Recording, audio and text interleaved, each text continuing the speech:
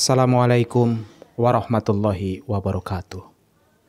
Pada tanggal 9 November 2021, kami mendapatkan cerita dari salah seorang koresponden kami. Nama dan tempat kejadiannya kami samarkan karena mungkin orang-orang yang berhubungan dengan cerita ini terganggu kenyamanannya. Saya adalah Heri. Saya akan menceritakan kisah kehidupan saya yang paling tidak bisa saya lupakan. Saya terpaksa berhenti sekolah kelas 2 SMA.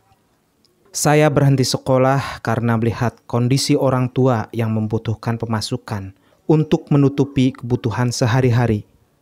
Setiap hari, saya selalu berkeliling bertanya tentang pekerjaan.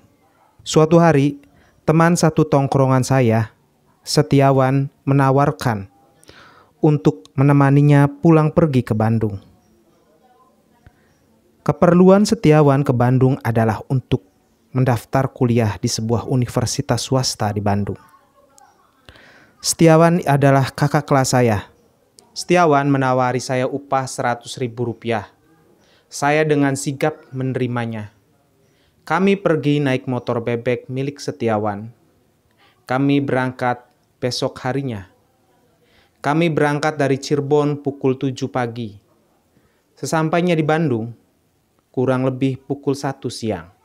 Kami sampai di sebuah rumah petakan-petakan kecil yang berjejer. Kata Setiawan, rumah tersebut adalah rumah kontrakan.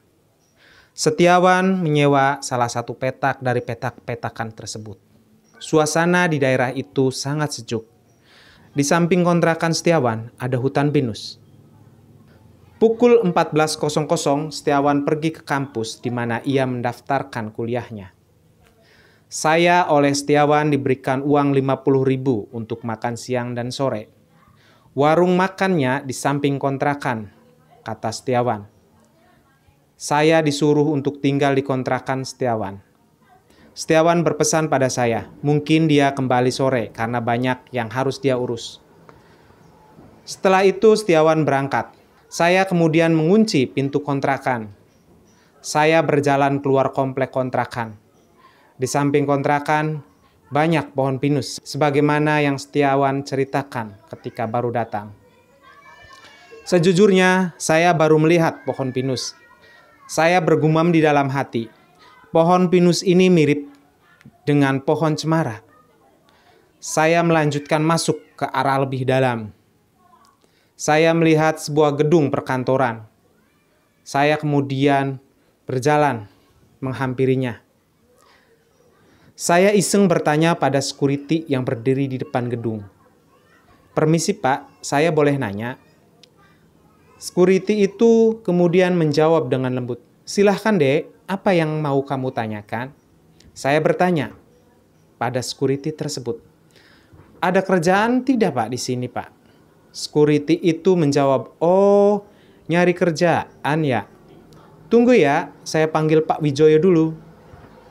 Security itu kemudian masuk kurang lebih 1 menit. Setelah itu keluar lagi bersama seseorang dengan pakaian rapi.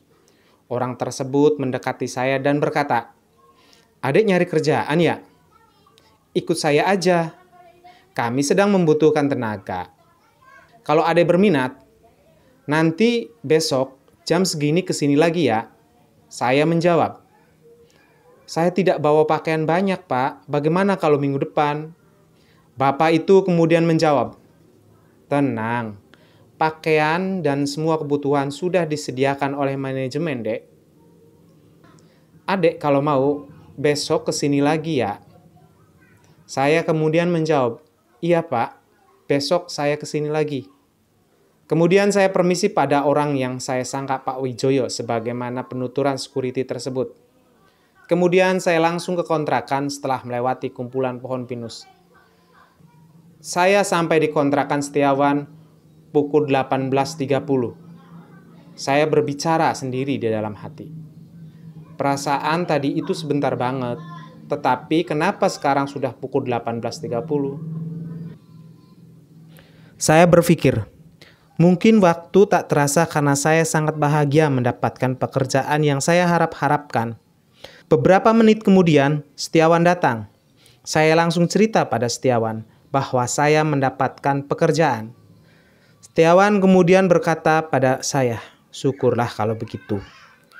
Jadi kamu dapat kerjaan di mana?" Saya menjawab, "Saya nggak tahu, Wan, tapi kata Pak Wijoyo yang saya temui tadi siang, semua sudah dipersiapkan. Saya tinggal sementara di kosan kamu ya, Wan," sahut saya. Setiawan menjawab, "Oh, ya boleh banget. Nanti kamu ambil kunci satu, saya satu. Nanti kalau kamu butuh, saya tidak ada, kamu kan bisa masuk." "Oh iya, Wan, terima kasih," sahutku. Besoknya saya langsung mempersiapkan semua persiapan. Pas pukul 14.00, saya langsung berjalan ke tempat kemarin. Beberapa saat kemudian saya sampai di tempat itu. Saya kemudian dipersilahkan masuk ke ruangan yang sangat indah dan rapi. Di tempat itu, saya bertemu dengan Pak Wijoyo. Saya diterangkan tentang pekerjaan yang akan saya garap, bahwa saya akan menjadi tim di sebuah pembangunan, di proyek, di perusahaan Pak Wijoyo. Ketika saya tengok jam di dinding di ruangan tersebut, jarumnya mengarah pada pukul 5 sore.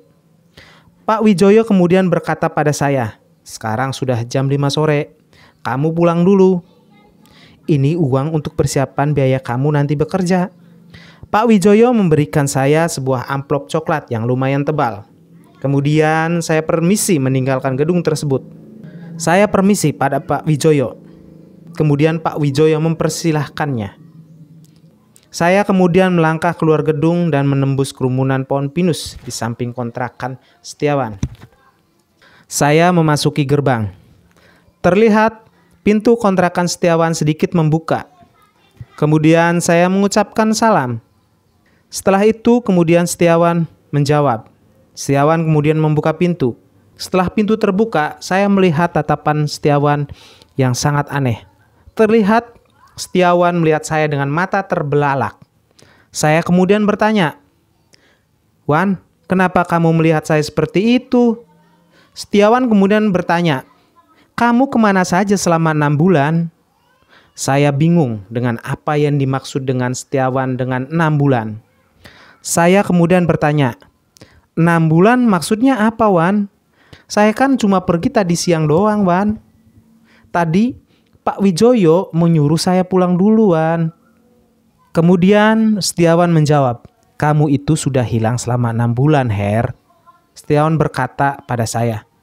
Saya kemudian menjawab, "Saya itu dari gedung kantor, Wan, yang saya ceritakan kemarin.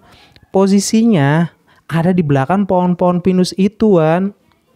Setiawan kemudian berkata, "Di situ itu hutan pinus, Her. Tidak ada gedung apa-apa." Saya kemudian menjawab, "Tidak, Wan, ada." Saya menimpali omongan Setiawan dengan cepat.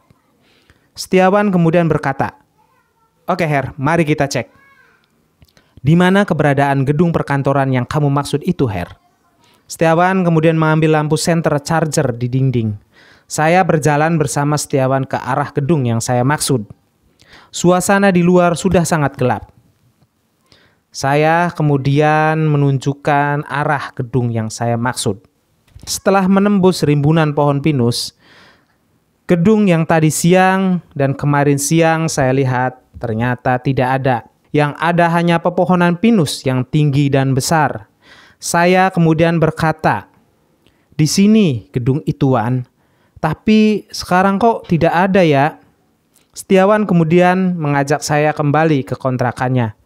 Sesampai di kontrakannya, Setiawan bercerita bahwa aku sudah hilang 6 bulan. Keluargaku di Cirebon sudah diberi kabar tentang kejadian tersebut.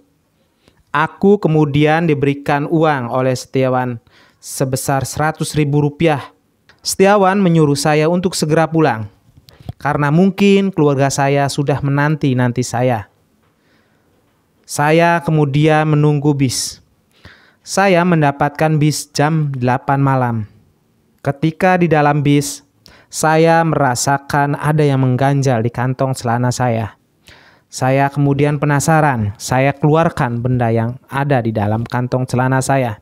Ternyata itu adalah amplop berwarna coklat yang telah diberikan oleh Pak Wijoyo pada saya. Saya penasaran dengan isinya. Setelah saya buka, ternyata isinya adalah uang lembaran Rp100.000, sejumlah 2 juta rupiah. Saya semakin bingung. Apa sebenarnya yang sudah terjadi? Saya benar-benar tidak mengerti dengan semua yang sudah terjadi. Oke pemirsa, terima kasih sudah menyaksikan konten mistisku. Sampai jumpa di konten kami selanjutnya.